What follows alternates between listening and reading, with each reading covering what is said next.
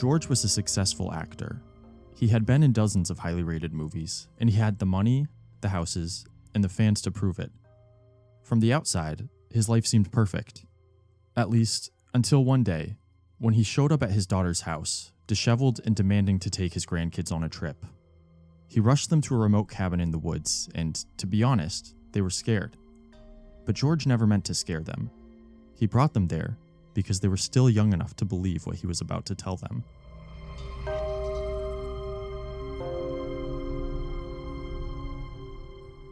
Welcome to the first episode of the Nameless Stories podcast. Each episode is based on an original short story. If you enjoy this episode and want to read the original short story, visit us on our website at namelessstories.com or on YouTube or Instagram at nameless.stories. This week, we bring you the story of George, a burdened actor who's been hiding what came with his success his whole life.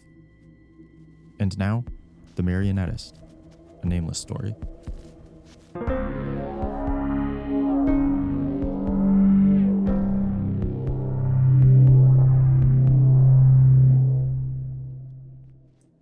George used to have dreams of seeing himself on the big screen one day.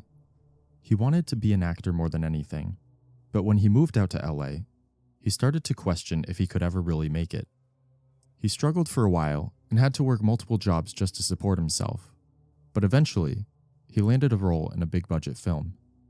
Even though his role was small, it was enough to get him invited to the premiere, and he finally felt like he was going somewhere. He showed up to the premiere dressed better than he ever had been before, and started to mingle, hoping he might meet someone who could really launch his career. But for the most part, people seemed to ignore him. No one really seemed to care who he was. He was getting ready to call it quits for the night and just head home, skip the after parties, and mope. But then he met Paul. He stopped George just as he was leaving and went on and on about how much he loved George's performance. He rambled for almost an hour about all George's skills, how he could bring a tear out of one eye but not the other, the subtlety in his expressions, and things that George didn't even know he could do. But George didn't mind at all. In fact, he loved it. Paul praised him the whole time, only stopping when security told them it was time to go. They said their goodbyes and went their separate ways, but as they left, George noticed a tiny pinch in his back. It was faint and hardly even noticeable, but he knew he felt it.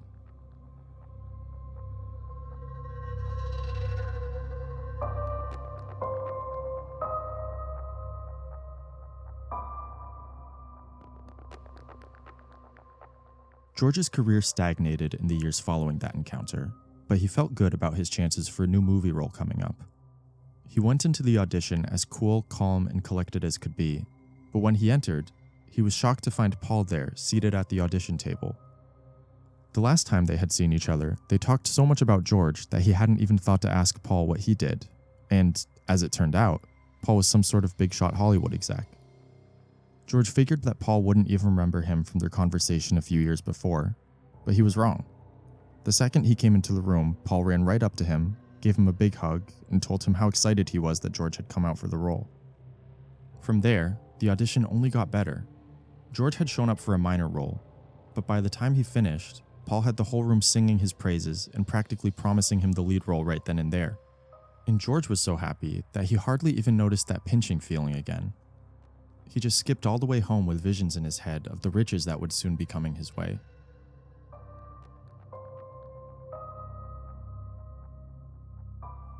As expected, George got the lead role, but things started to get strange after that.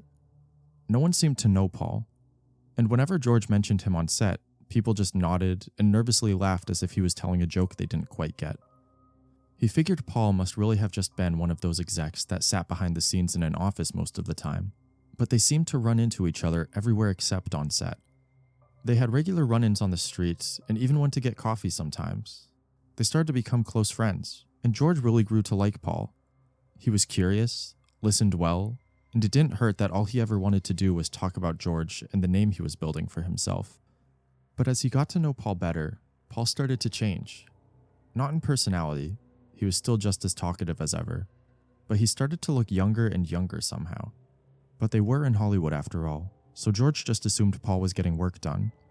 But whatever he was doing, George didn't think it was doing him any favors. At the same time that Paul looked younger, he also started looking more sickly. George almost thought to ask if he was doing okay one day, but Paul's perpetual cheeriness told him that it wasn't a question worth asking. So, George brushed it off. But what he couldn't brush off were those pinches.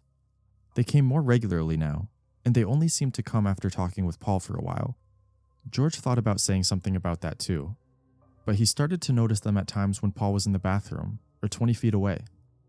Paul couldn't have been causing the pinches, right? Worst case, George figured it had something to do with the strange, almost rotten cologne Paul would wear. Like some weird chemical was tricking his brain into thinking it just felt a pinch. But the pinches never hurt that much, so George never brought it up.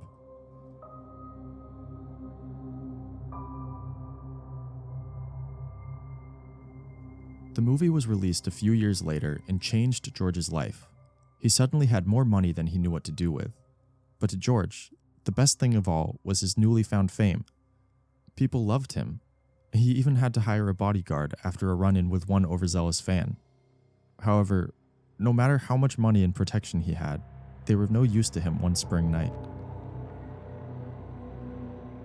A foul scent had been lingering in the air the whole day, like a nearby farm had a manure explosion. The scent was so bad that, when night rolled around, George even had trouble sleeping. He laid awake for hours before finally giving up and going to get some sleeping pills from the kitchen to knock him out. But as he walked through the dark rooms of his house, a chill went down his spine.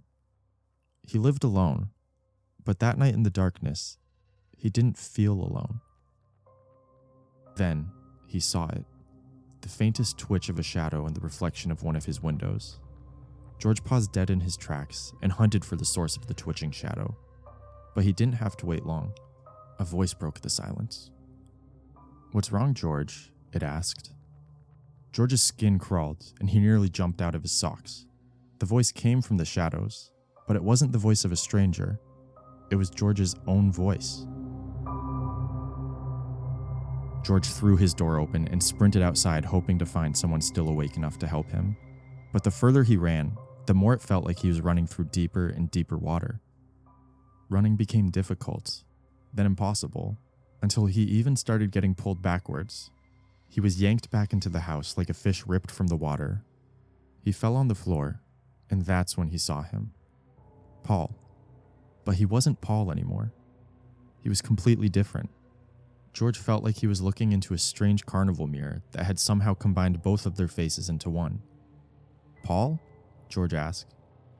But Paul didn't answer.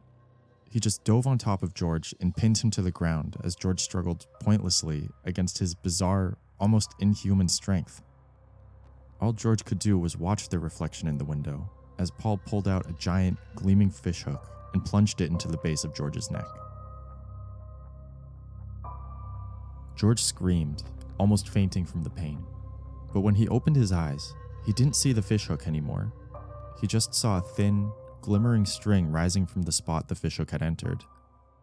In fact, he saw dozens of strings, all rising from the back of his body. That's the last thing George remembered before passing out that night. But when he rose the next day, he was back in his bed, the smell was gone, and the pain was gone. He felt great. Even better than great. He thought of reporting what had happened to the police, but it passed from his mind in a second. He just felt too good. He had this strange assurance over him, as if everything in his world was better than it could be in anyone else's.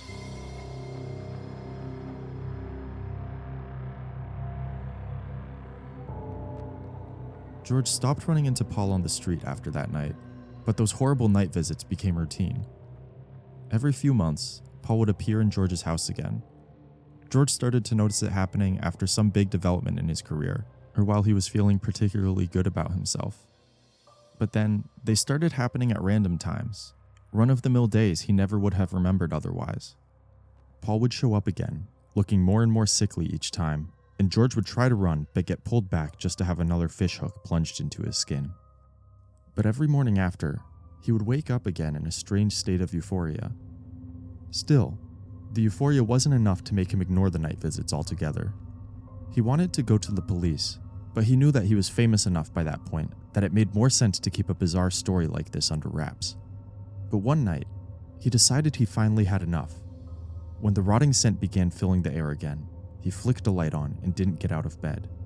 George decided that, if it was going to happen that night, Paul would have to come to him. And 20 minutes later, he did. George's jaw dropped as Paul crept around the corner and he saw him in the light for the first time in years. His skin was putrid. It hung from him with dozens of holes and sores oozing pus. But while he looked sicklier than ever, he also looked more powerful. He must have been 8 feet tall, at least at the pinnacle of his hunched back. His actual head hung much lower. Paul stepped closer and sat on the edge of George's bed. George didn't run, didn't scream. He just sat up and asked the monster what it wanted with him. The monster smiled wide as it answered. It told him that it wanted the same thing George wanted. Now, George was terrified and confused. He yelled at the monster that he wanted nothing to do with him. The monster clicked its tongue as it wagged its finger, as if each wag was scolding George for not appreciating all he had done for him. George opened his mouth to scream the monster away, but the only thing that came to his mind were thoughts of how no one knew his name before he met Paul. He was just a nameless kid without a fan in the world. The monster formed a knowing grin. "See?" it said. "I haven't been so bad, now have I?" George asked the monster again what it wanted, and it told him that it was simple. He just wanted George to keep letting things go on as they had been. George would get to keep living his life, and all it would take was letting the monster pay him a visit every now and then. They sat quietly as George considered the offer, but when he finally broke the silence, all he asked was if the hooks were still necessary. The monster didn't answer. It just gave George that firm look, like a parent to a mischievous child. George continued weighing the offer, but when all was said and done that night, before he fell back asleep, he let the monster bury another hook into his skin.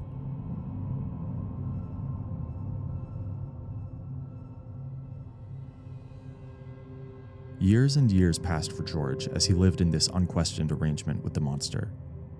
It continued to visit him, but George managed to accept it.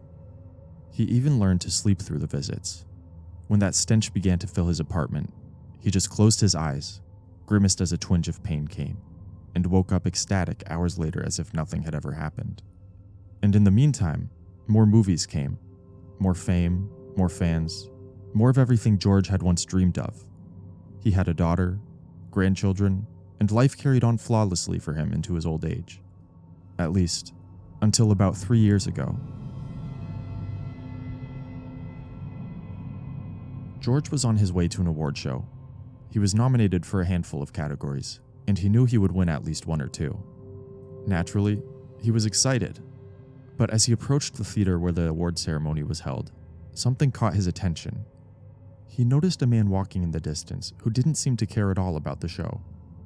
Even though the theater was quite a sight to behold, with celebrities, paparazzi, and fancy cars everywhere, the man didn't even glance in its direction. He just kept on walking until he reached an alley. George looked on as the man crouched down to someone covered in a blanket, sleeping in the alley, and placed what looked like a decent chunk of change by their feet. No one else saw it, not one of the many cameras by the theater, and not even the sleeping person knew what had just happened. And yet, the kind stranger didn't seem to care. He just left the money and kept on walking. George went on and found his seat at the show, but he couldn't stop thinking about what he had just seen. Mostly, about how stupid it was. George assumed the money would just go to drugs or alcohol or something, but the stranger never hesitated to give his money to the person. And for what? No one saw it? The recipient wasn't even awake to thank him. It annoyed George that he couldn't stop thinking about it. He tried to put it out of his mind when the presenters called his name and he climbed on stage to accept his award. But as he began his speech, he felt that pinch in the back of his neck again. He rubbed his eyes, but when he opened them, the room was entirely different. Hundreds of those faint, glimmering strings rose from the backs of the crowd, the same ones he knew were now rising from his back. They all reached into the sky, as if connected to the control bars of an invisible marionettist. He did his best to finish his speech and conclude his thoughts, but as he walked back to his seat, he wasn't thinking about his speech, and he wasn't even thinking about the strings anymore. He was thinking about the homeless man and the stranger. Truthfully, he couldn't stop thinking about them. Something changed in George after that day. He started giving away some of the money he had been saving up for years, and he started volunteering. He started to feel genuinely good in a way he never had before. And best of all, Paul had stopped visiting him at night. He hadn't felt one of those pinches in years, and he started feeling like the right version of himself had finally taken control of the reins again. That is, until last night. He got a text from his daughter. She did something she had never done before and asked for help, financial help. By the flicker of a dim light bulb, George pulled out his checkbook. He felt proud that night, proud that he had achieved so much, lived a life where he was able to take care of his family members, and proud of all he had done for the world in recent years. All the money he had given away, all the poor he had helped. He began to write a check with more zeros than his daughter had ever seen in her life. But as he did, he felt a sensation he hadn't felt in years, one he had almost forgotten about. The pinch. But this time, instead of along his back or along his neck, it came from the back of his hand. He kept writing, trying to ignore the sensation, brushing it off as if his mind was just playing tricks on him. But he couldn't ignore the glimmering string hovering over his hand. He had seen those strings many times before, but this time, he noticed something he never had. A wispy substance was moving up the string. As he looked closer, he realized it wasn't a string at all, but some sort of tube, taking that wispy substance perpetually out of him and feeding it to the monster on the other side. But what shocked George most of all was his hand wasn't pulling the tube like he thought it was. The tube was pulling his hand as he wrote the check, tugging it, guiding it. George jumped to his feet and looked in the mirror to see hundreds of those tubes rising from his body. Almost every inch of his skin was covered in them. George couldn't stand it anymore. He grabbed a kitchen knife and wielded it in a sweeping circle around his body over and over until he was freed from the marionettist controlling those tubes. Suddenly, the rotting scent returned, growing stronger and stronger each second. George hopped in his car and didn't stop driving until he arrived at his daughter's house. He got his grandkids, brought them to the cabin they were at now, and told them his story. He had fled the monster as long as he could, but they had been sitting a while, and a rotten stench was beginning to fill the air again. The ground began to shake. George turned to his grandkids and begged them to believe him, to learn from his mistakes. He paced around frantically as giant thuds echoed outside. Footsteps, getting closer and closer until they were just outside the cabin. The cabin walls were ripped in two and tossed 20 feet in either direction. The grandkids froze as their grandfather yelled at the sky, tearing his shirt to reveal hundreds of red pockmarks along his skin, with glowing fish hooks and translucent tubes pouring out of him. They just stared at him, yelling and punching at the sky, until an invisible force scooped him 100 feet in the air and contorted his body in ways not even an Olympic gymnast could hope to survive. The grandkids just sat, frozen in fear as the smell retreated into the woods with heavy footsteps, taking their grandfather's floating body with them.